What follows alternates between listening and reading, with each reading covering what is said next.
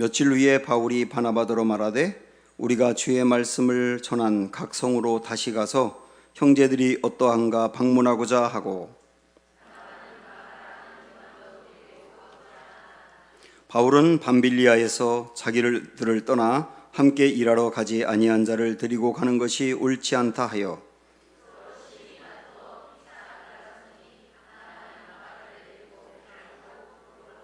바울은 신라를 택한 후에 형제들에게 주의 은혜에 부탁함을 받고 떠나 수리아와 길리기아로 다니며 교회들을 경고하게 하니라. 아멘. 둘러보시면서 인사하세요. 새해 복 많이 받으시고 복 많이 주세요. 항상 그렇게 인사합니다.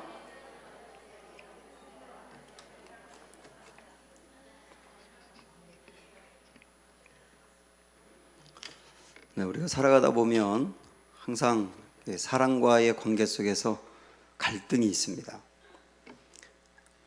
형제 간에도 갈등이 있고, 또 심지어는 야곱과 그 에서를 보면 쌍둥이 간에도 심각한 갈등이 있었습니다. 부부 간에도 당연히 갈등이 있고, 저는 결혼하고 10년 정도가 넘어가면서 그쯤 되면 이제 갈등이 없을 거라고 생각했는데 갈등은 지금까지 계속 있더라고요. 목회자들도 갈등이 있고 다 갈등이 있습니다. 그래서 다툽니다.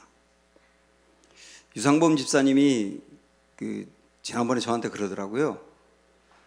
자기들 부부가 참 어지간히 많이 다퉜는데 그 이유가 저 때문이라고 하더라고요.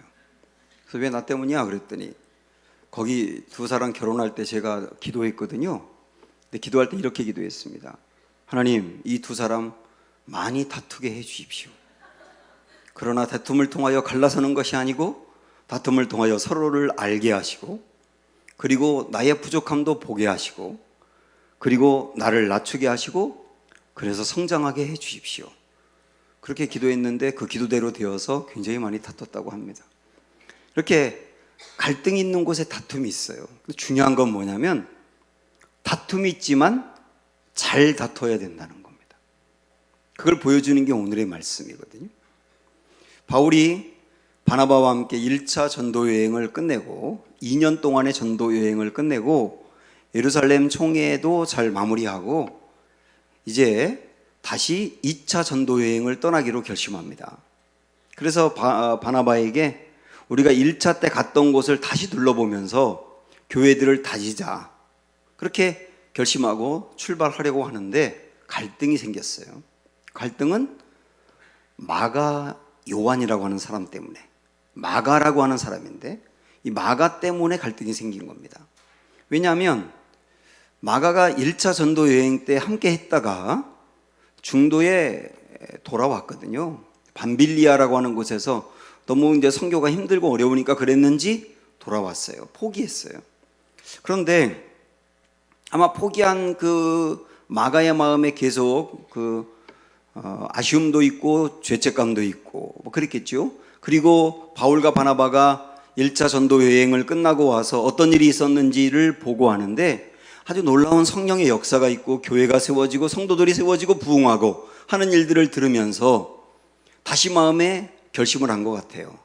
2차 때 다시 따라가야 되겠다.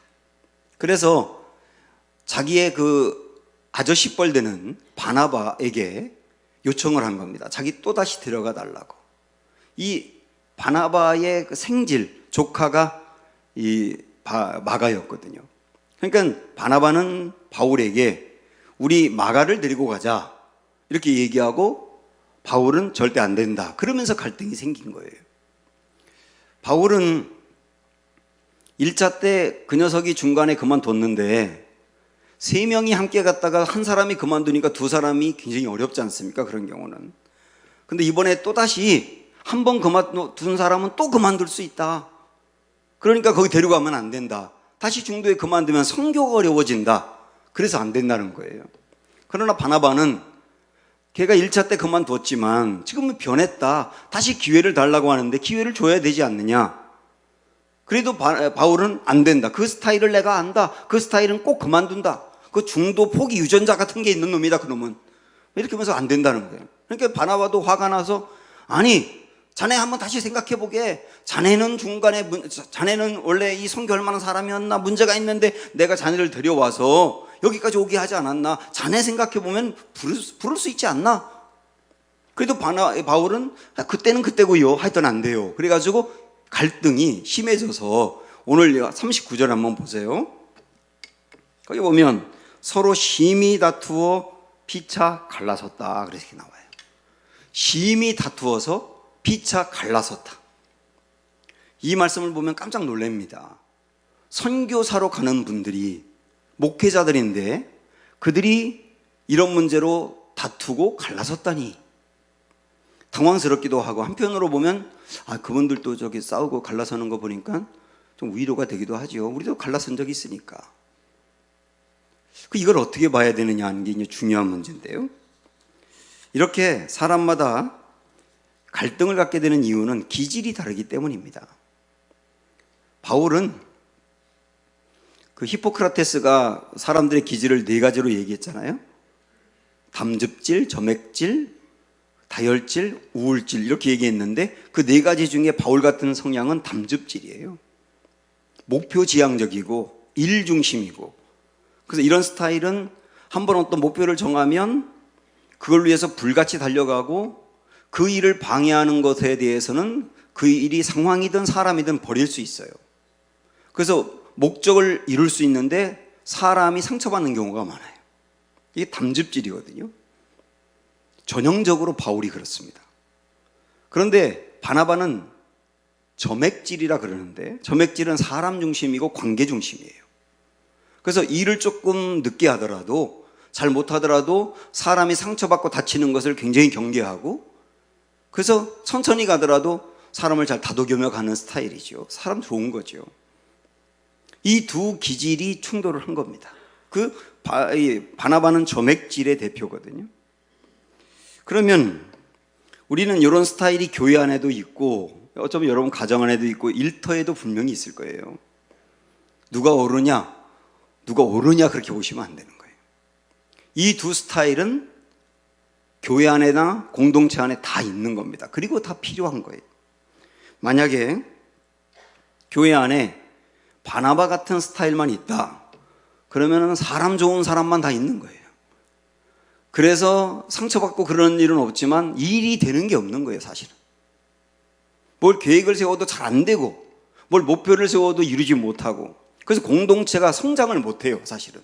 이 스타일만 있으면. 그런데 바울 같은 스타일만 있으면 일은 잘 될 수 있고 성과는 나타날 수 있는데 상처받는 사람이 많아지고 떨어지는 사람도 생기는 거예요. 그래서 이런 사람만 있으면 그 공동체가 아주 문제가 많고 삭막합니다. 그래서 이 두 스타일이 다 있어야 되는 거예요. 다 있어야 되는 거예요. 우리는 여기서 이제 어떤 측면으로 보고 싶으냐면, 이 두 스타일, 바울 같은 스타일과 바나바 같은 스타일이 결국은 마가를 변화시키는데 도움을 줬다는 것을 볼 수 있어요. 마가가 1차 때 선교를 중도에 포기하고 돌아갔지만 결국 어떻게 되느냐 하면, 이 신약 성경에 마가 기록한 것을 이렇게 종합적으로 보면은 베드로전서 5장 13절에서 베드로가 마가를 내 아들이라 그래요. 그러니까 베드로 같은 훌륭한 사도의 영적인 아들 역할을 한 겁니다, 마가가. 그리고 바울도 디모데후서 4장 11절에 보면은 디모데에게 내가 나를 찾아올 때 마가를 데려와라. 그는 내게 유익한 자다. 이렇게 이야기합니다. 그리고 빌레몬서 1장 24절에서도 바울은 마가를 뭐라고 말하냐면 나의 동역자라고 말을 해요. 그리고 골로새서 4장 10절에 보면 나와 함께 갇힌 아리스다고와 바나바의 생질 마가라, 이런 말이 나옵니다. 그러니까 바울이 옥에 갇혀 있을 때 아리스다고라고 하는 사람하고 마가도 함께 옥에 갇혔었다는 거예요. 옥에 갇히는 곳까지 동행하며 갔다는 뜻입니다. 그리고 여러분 아시는 그 베니스의 상인이라고 하는 그 베니스라는 곳 있잖아요. 베네치아. 거기 가면 마가 대성당이 있습니다. 굉장히 크게. 저도 거기 갔다 왔는데 그 마가 대성당이 마가가 그곳에 와서 전도했던 것을 기념해서 성당이 세워졌거든요. 그리고 기독교 전승에 의하면 마가가 알렉산드리아에 가서 순교를 당했어요. 그리고 마가가 마가복음도 집필을 한 겁니다. 이걸 보면 이때 중도에 포기했던 마가지만 나중에는 베드로에게나 바울에게나 또 기독교 공동체에게나 굉장히 훌륭한 사람으로 쓰임받았단 말입니다. 변화됐다 그 얘기죠. 그가 변화된 것을 보면서 이런 생각을 해봅니다. 그가 변화되는데 바울과 바나바가 큰 도움이 됐다는 걸 생각해 보셔야 돼요.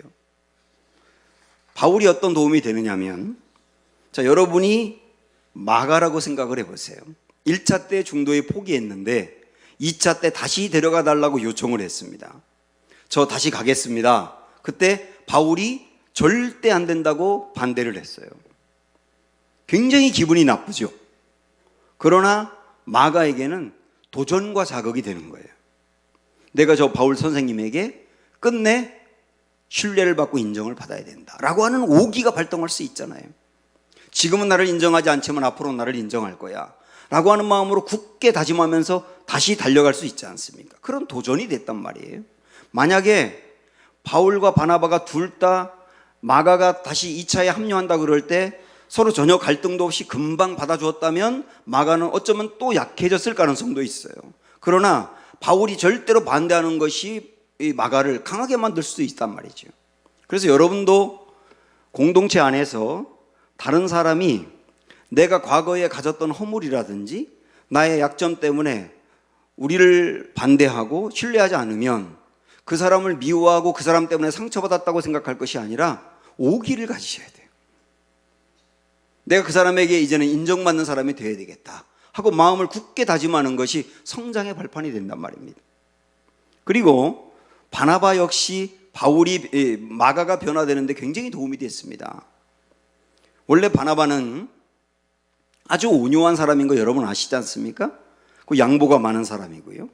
그래서 바울이 다소에 숨어 있을 때 그를 들여다가 안디옥 교회의 목회자로 세웠고, 그리고 그를 데리고 1차 전도 여행을 떠났는데 원래는 자기가 그 선교사의 주고 바울이 부였어요. 부의 역할. 그러나 이렇게 선교를 하다 보니까 바울이 전하는 메시지가 아주 강력하고 또 바울이 이 기적을 일으키면서 많은 사람을 살리기도 하고 치유하는 걸 보면서 바나바는 어쩌면 야, 나보다 저 바울이라고 하는 저 젊은 사람이 훨씬 더 능력이 있구나. 그러면서 자기가 바울을 오히려 섬기는 위치로 내려옵니다. 그래서 바울을 드러내고 자기가 그 뒤를 따라가거든요. 굉장히 양보심이 있고 온유한 사람인데, 그런 사람인데 이 일에 대해서는 끝까지 양보하지 않는 거예요. 마가를 데리고 가자 말자 하는 문제에 대해서는 그렇게 양보심이 많고 온유한 사람인데 절대로 양보 안 하고 끝까지 가는데 갈라지더라도 양보 안 하는 거예요. 그거를 마가가 알지 않습니까? 마가의 마음에 야, 저 바나바 저분이 바울과 갈라서면서까지도 나를 붙들었단 말이에요. 응? 갈라지는 한이 있더라도 나를 포기하지 않고 나를 붙들었다라고 하는 게 마가 입장에서 얼마나 고마운 겁니까? 그래서 나를 그렇게까지 붙든 저분을 실망시키면 안 돼 라고 하는 마음으로 중도에 포기할 수 없는 거죠. 그러면서 끝내 변화돼서 아름다운 모습으로 달라졌단 말입니다.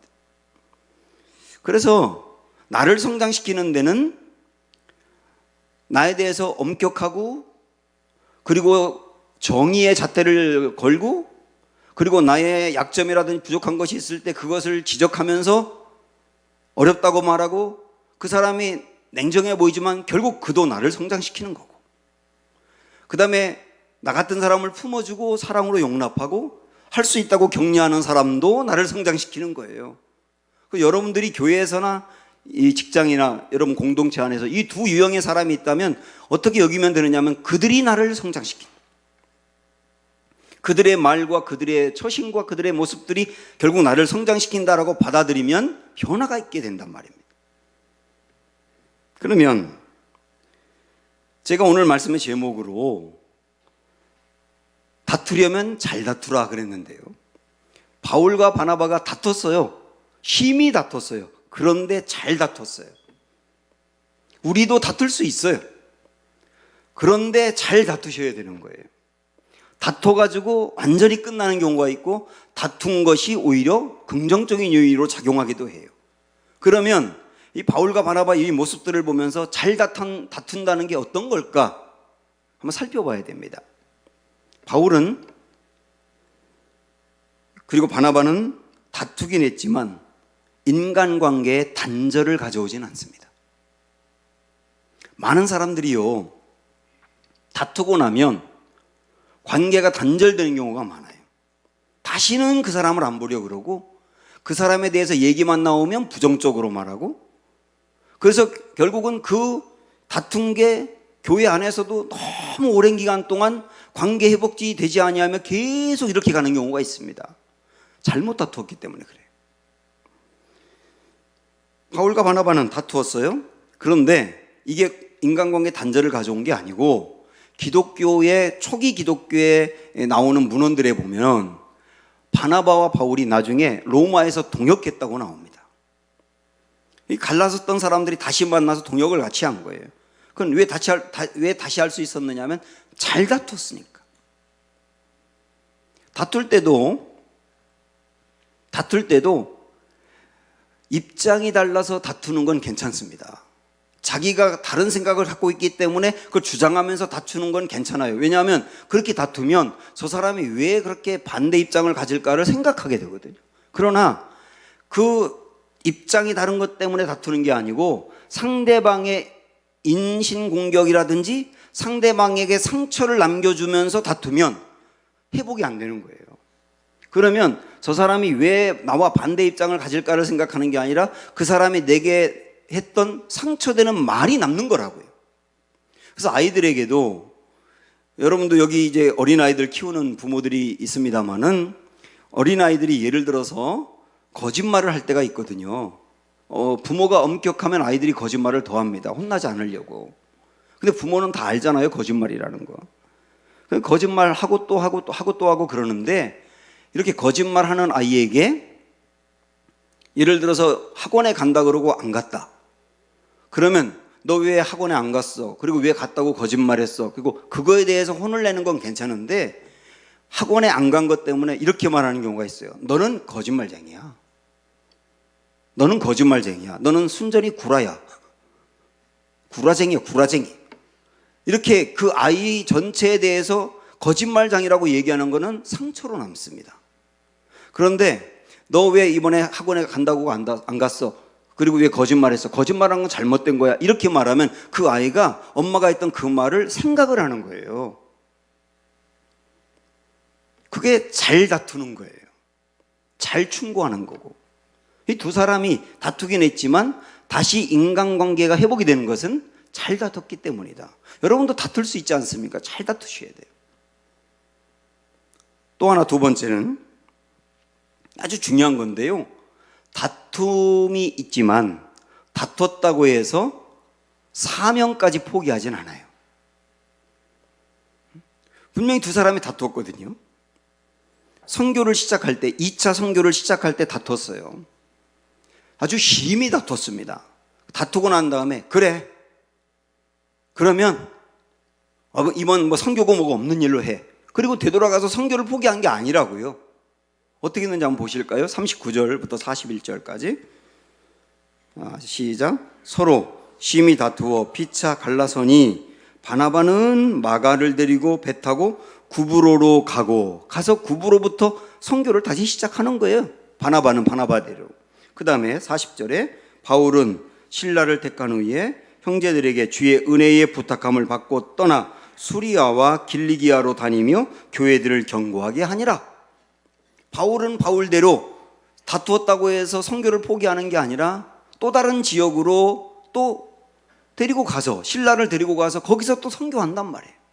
다툰 건 다툰 거지만 그렇다고 해서 하나님이 맡기신 사명까지 포기하진 않았다는 거예요. 여러분, 이게 얼마나 중요합니까?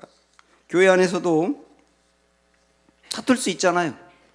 교회 안에서 다투는 게 보통 이제 주님의 일을 하다가 충돌이 되는 경우가 있는데, 그러면 심히 다투게 되면 교회 일을 하다가 다투었다고 해서 교회 일을 그만두는 거예요. 내가 교회 이제 더 이상 일 안 하겠어. 아무것도 안 하겠어. 그리고 안 해버리는 거예요. 그거는 잘못 다툰 거란 말이에요. 다툴 수 있다. 그러나 주님이 맡기신 사명은 그대로 해야 하는 거다. 이게 참 훌륭한 거 아닙니까? 한 사람은 이쪽으로, 한 사람은 이쪽으로 각각 다르게 주님의 일을 그냥 계속해서 가는 거예요. 세 번째는 잘 다퉜다는 것이 뭐냐면 다투고 난 다음에 다툰 것을 성장의 기회로 삼습니다. 이것도 아주 중요한 거예요. 바울은 우리가 앞에서 본 것처럼 굉장히 엄격한 사람이고 일중심이고 목표지향적이고 그래서 상처를 많이 줄 수 있고 그런 스타일이었다고 말씀드렸지 않습니까? 그런데 조금 이따가 보겠습니다만은 바울이 상당히 바뀝니다. 상당히 바뀌어요. 그에게 부족했던 용납하고 이해하고 기다려주고 사랑하는 것들이 가득히 채워집니다. 저는 묵상하면서 바울이 그렇게 변할 수 있었던 중요한 동기 중에 하나가 바나바였다는 생각이 드는 거예요. 야, 그분이 나를 다소에서 데려와서 목회자로 세우고 선교사로 동행하며 나를 그렇게 지지하고 그렇게 온유하고 양보심이 많은 분이었는데 왜 이 일에 대해서는 끝까지 갈라서는 한이 있더라도 양보하지 않았을까? 왜 그랬을까? 왜 그랬을까? 다툰 걸 생각할 수밖에 없는 거예요. 그래서 다투고 난 다음에 상대방이 왜 반대 입장을 계속 고수했을까? 그거를 묵상하는 겁니다. 그게 성장의 발판이라고요. 그러면서 바울은 깨닫는 거예요. 아, 내가 이런 스타일이기 때문에 갖고 있는 많은 문제가 있는데 바나바는 그 부분에 대해서 이야기하는 거구나, 결국은. 그래서 바울은 바나바가 취한 모습 때문에 자기 성장의 발판으로 삼는단 말이에요. 그래서 제가 여러 군데 이제 말씀을 읽어드리겠습니다만은 바울이 이때는 초기 사역이었지만 시간이 지나면서 어떤 사람으로 변하는지 바울 서신에 있는 말씀을 들어보세요. 한번 고린도전서 13장 말씀, 우리가 잘 알고 있는 사랑장인데 거기서 보면 사랑은 뭐라고 말합니까? 사랑은 언제나 오래 참고 사랑은 온유하며, 그러지 않습니까? 자기 신앙 고백인 거예요. 그리고 에베소서 5장 6장 우리가 주일날에도 계속 봐왔습니다마는 거기서도 성령 충만한 사람은 어떻게 되냐? 성령 충만한 사람은 관계 속에서 서로 복종하고 세워준다. 그 모습으로 나아가지 않습니까? 성령 충만한 사람은 전도 열심히 하고 능력 있고 그런 것으로 이야기하는 것이 아니고 성령 충만한 사람은 관계 속에서 열매를 거둔다예요. 로마서를 보면 로마서 12장 10절에서 들어보세요. 형제를 사랑하여 서로 우애하고 존경하기를 서로 먼저 하고, 14절 15절에 보면 너희를 핍박하는 자를 축복하고 저주하지 말라. 즐거워하는 자들로 함께 즐거워하고 우는 자들로 함께 울라. 17절 아무에게도 악으로 악을 갚지 말고 모든 사람 앞에서 선한 일을 도모하라. 18절 할 수 있거든 모든 사람으로 더불어 화평하라. 20절 원수가 줄이거든 먹이고 목마르거든 마시우라. 13장 10절 보면 사랑은 이웃에게 악을 행치 아니하나니 그러므로 사랑은 율법의 완성이니라. 이게 바울이에요. 마가를 도저히 용납할 수 없다고 그러면서 바나바와 갈라섰던 이 바울이 이렇게 달라진 모습을 보세요. 전혀 그런 사람이 아니었는데 사랑의 화신으로 마치 예수님처럼 바뀌지 않습니까? 성령도 두 사람이 다툰 것, 하나님도 마음 아프시겠죠. 그러나 두 사람이 다툰 것 때문에 선교를 중단시키는 것이 아니고, 두 사람이 다투었지만 그러나 선교팀을 둘로 만드셨어요.